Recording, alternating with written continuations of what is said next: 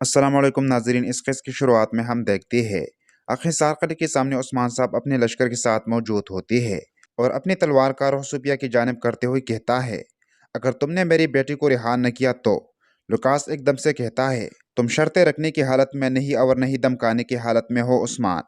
صوفیہ کہتی ہے، عثمان تمہارے لیے کمانڈر لوکاس کی بات سننا ہی بہتر رہے گا۔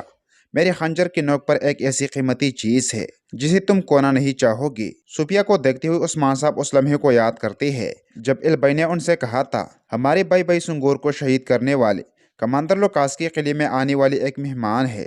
میں اس کا نام نہیں جانتا، بس اتنا جانتا ہوں کہ وہ ایک خاتون ہے۔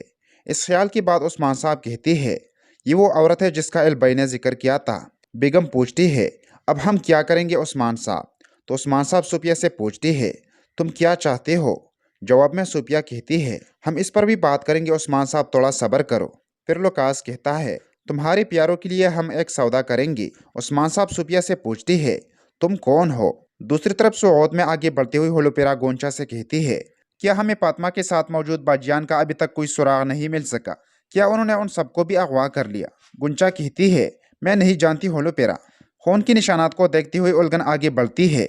الگن ایک صندوق کھولتی ہے جس میں خواتین کی لاشیں پڑی ہوتی ہے۔ الگن کا موکولا کا کولا رہ جاتا ہے اور چلاتے ہوئی کہتی ہے، وہ یہاں ہے، وہ یہاں ہے، انہوں نے باجیان کو مار ڈالا ہے۔ یہ سنتی ساتھ ہی ہولوپیرا اور گونچا وہاں آتی ہے اور یہ منظر دیکھ کر انہیں بہت دکھ ہوتا ہے۔ گونچا ایک دم سے صندوق بند کر دیتی ہے اور قسمت سے کہتی ہے، جنازے کے لیے ان کی لاشیں چھپ کر لے جاؤ، انہیں قبیلے لے کر جانا ہے۔ الگن پریشان ہوتی ہوئی کہتی ہے، فاطمہ کس حال میں ہوگی، اللہ اس کی حفاظت فرمائے۔ اسی لمحے حضل خاتون بھی وہاں پر آتی ہے اور گونچا کے رکنے کے باوجود صندوق کھول کر دیکھتی ہے تو وہ روتی ہوئی کہتی ہے، وہ شیطان ہے، وہ شیطان ہے، وہ سروجا کے ساتھ پتہ نہیں کیا کر رہی ہوں گی، آیا اللہ، ابھی تو وہ بہت چھوٹی ہے۔ وہ چیختے چلاتے رونے دھونے لگ جاتی ہے۔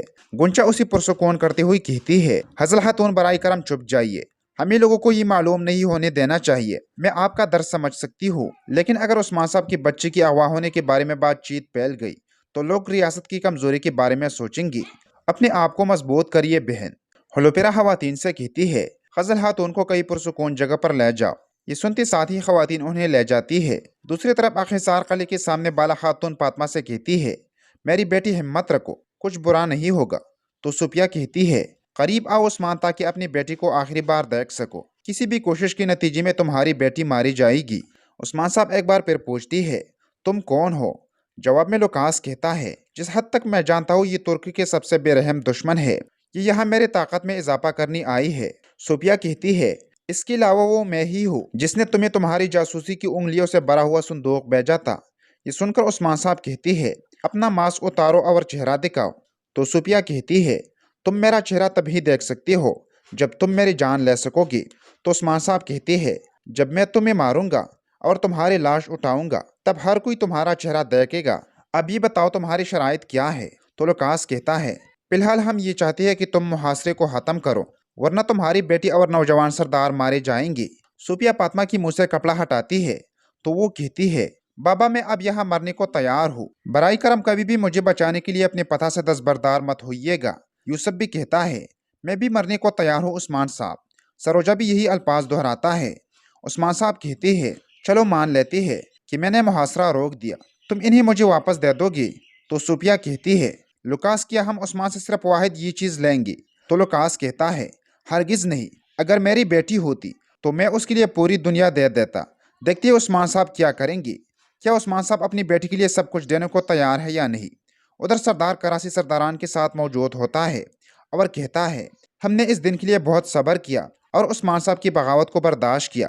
ہم نہیں چاہتے تھے کہ اس کی سپاہی ہلاک ہو، لیکن اب جو کچھ ہم نے بدلے میں دیکھا وہ غلط ہے۔ ایک سردار آگے بڑھتے ہوئے کہتا ہے، تو اسے سزا دو میرے سردار۔ تو کراسی کہتا ہے، ہم ضرور سزا دیں گے۔ ریاست کو اس قد سے طاقت نہیں ملتی، طاقت اس سزا سے ملتی ہے جو وہ باغیوں کو دیتی ہے۔ یہ کہتے ساتھ ہی سردار کراسی تلوار میں اس پر دے مارتا ہے اور مزید کہتا ہے، ہم ان کا سر جھکا دیں گے اور گھٹنے زمین پر ٹکا دیں گے، جیسا وہ چاہیں گے میری فوج تیار رہے گی۔ اب جنگ کا وقت ہے۔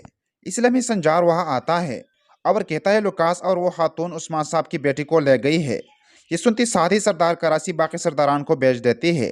تو کراسی کہتا ہے، یہ تم کیا کہہ رہی ہو سنجار، یہ کیسے ہوا؟ تو سنجار کہتا ہے، لوگ کہتے کہ اس خاتون نے یہ سب کیا، عثمان صاحب کی بیٹی کے علاوہ بیگم کا بھائی یوسف اور بہان بے کا بیٹا سروجہ بھی اغوا ہو گیا ہے۔ یہ سن کر سردار کراسی کہتا ہے، خاتون بڑی چپی رستم نکلی۔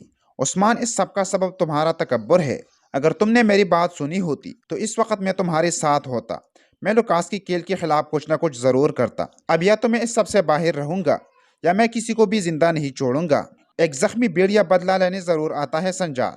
اب یہ بیڑیا کو نکالنے کا وقت ہے، عثمان کو تباہ کرنے کا وقت ہے۔ ادھر صوفیہ کہتی ہے، عثمان میرے خیال میں لوکاس ٹھیک کہہ رہا ہے۔ تم وہ باپ ہو جو بیٹی کی خاطر دنیا کو ترک کر دو گے۔ محاصرہ کرنے کے لیے تمہارے پاس کافی سرداران ہے، لیکن تمہاری بیٹی تمہارے دل کا ٹکڑا ہے عثمان۔ اب اس کے لیے تم اپنے قوم کے دل کا ایک ٹکڑا سوغوت ہمیں دیں گی، کیا تم اس کے لیے ایسا کر سکتی ہو؟ یہ سنتی ساتھ ہی عثمان صاحب آگے بڑھتی ہے اور غصے سے کہتی ہے، تم کون ہو میرے قوم کی سرزمین کا ٹکڑا مانگنے والے؟ یہ دیکھ کر صوفیہ کہتی ہے، لوکاس کیا تم اسے دیکھ رہی ہو؟ یہ پاگل ہو گیا ہے۔ فاطمہ کہتی ہے، بابا ہرگز نہیں، ہرگز نہیں، ان شیطانوں کے سامنے ہرگز نہ جھکیے گا۔ صوفیہ کہتی ہے، تمہاری بیٹی موت کی طرف بھاگ رہی ہے عثمان، تم اس کی بات مت سنو، اور سعود سے اپنی سپاہی اور عوام کو نکال دو، اور سعود ہمارے حوالے کر دو۔ تمہاری بچی تمہیں کل شہر کی چوک پر ملیں گی۔ لوکاس کہتا ہے، عثمان ہم بہت مصروف ہے، اسے مت بولنا کل سعود شہر کے چوک پر، ہاں؟ یہ کہتے ساتھ ہی لوکاس چلا جاتا ہے اور فاطمہ، یوسف اور سروجہ کو بھی پیچھے کر لیا جاتا ہے۔ یہ دیکھ کر بالا خاتون گھٹنوں کے بل گر جاتی ہے تو علاؤالدین آگے بڑھ کر اسے سہارا دیتا ہے۔ قلعے کے اندر لوکاس آگے بڑھ رہا ہوتا ہے تو صوفیہ اس کے پاس آتے ہوئے ماسک اتار دیتی ہے اور کہتی ہے، میں نے تم سے کہا تھا لوکاس کہ میں عثمان کے شہرہ کاٹ دوں گی۔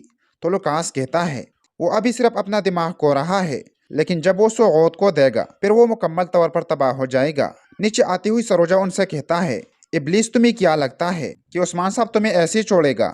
یہ سنتی ساتھ ہی لوکاس اس پر ٹوٹ پڑتا ہے اور کہتا ہے، تم سب کے سب مر جاؤ گے۔ صوفیہ بھی زنجیر سروجہ کے گلے میں ڈال کر اسے دبوچ لیتی ہے۔ یہ دیکھ کر فاطمہ چلاتی ہوئی کہتی ہے، نہ کرو نہ کرو، انہیں جانے دو۔ تو صوفیہ کہتی ہے، تمہاری زندگی اس بات پر منحصر ہے کہ ہماری منہ سے کیا نکلتی ہے۔ اب کہا ہے تمہارا سردار؟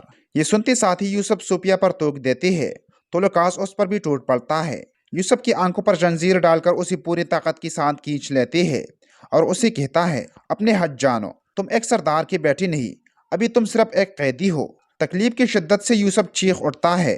لوکاس سپاہیوں سے کہتا ہے، انہیں زندان میں لے جاؤ۔ یہ سنتے ساتھ ہی سپاہی انہیں گھسیٹ کر لے جاتے ہیں اور فاطمہ کو روکتی ہوئی صوفیہ کہتی ہے، فاطمہ کو نہ لے کر جاؤ، میرے پاس ایک بہتر منصوبہ ہے۔ لوکاس پوچھتا ہے، آپ کو کیا لگتا ہے کہ عثمان صاحب بیٹے کی بدلے سعود سے دستبردار ہو جائے گا؟ وہ قائد کی سب سے قیمتی سرزمین ہے۔ تو صوفیہ کہتی ہے، اس کے پاس دوسرا کوئی راستہ نہیں ہے، لیکن یہ اس کی بیٹی کے بدلے میں نہیں ہوگا، وہ کبھی بھی اپنی بیٹی کو مجھ سے نہیں لے سکے گا۔ ادھر عثمان صاحب بالا خاتون کے ساتھ شدید غصے میں اپنے گوڑے کو دوڑا رہی ہوتی ہے اور فاطمہ کی شرارتوں کو یاد کرتی ہے۔ بالا کی بار بار پکارنے پر آخرکار وہ گوڑے کو روک کر اتر جاتی ہے اور چیختے چلانے لگ جاتی ہے۔ بالا خاتون انہیں پکڑتے ہوئے کہتی ہے، رکیے سردار رکیے۔ تو عثمان صاحب کہتی ہے، میں کیسے روک سکتا ہوں بالا؟ میں نے اپنی بیٹی کو اس کافر کے ہاتھ میں چھوڑ دیا، میں کیسے انتظار کر سکتا ہوں؟ میں اپنے غصے پر قابو نہیں رکھ سکتا، میں اس قلعے کو تباہ کرنا چاہتا ہوں۔ عثمان صاحب کے کندھے پر ہاتھ لگاتے ساتھ ہی بالا کو محسوس ہوتا ہے کہ وہ زخمی ہے تو وہ کہتی ہے، حضور آپ زخمی ہے، ہمیں خون بہنے سے روکنے کی ضرورت ہے۔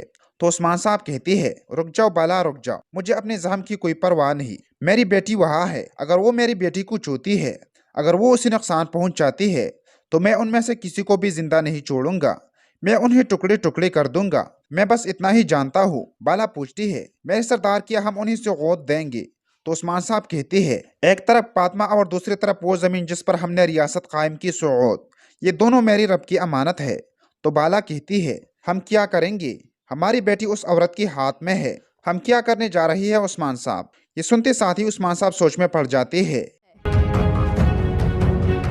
ناظرین، اسی کے ساتھ ایپیسوڈ بھی اختتام پذیر ہوتی ہے۔ امید ہے کہ آپ کو آج کی ہماری یہ ویڈیو اچھی لگی ہوگی۔ اگر ویڈیو اچھی لگی ہو تو ویڈیو کو لائک اور شیئر کرتے ہوئے مزید ایپیسوڈز دیکھنے کے لیے ہمارے چینل کو ضرور سبسکرائب کریں۔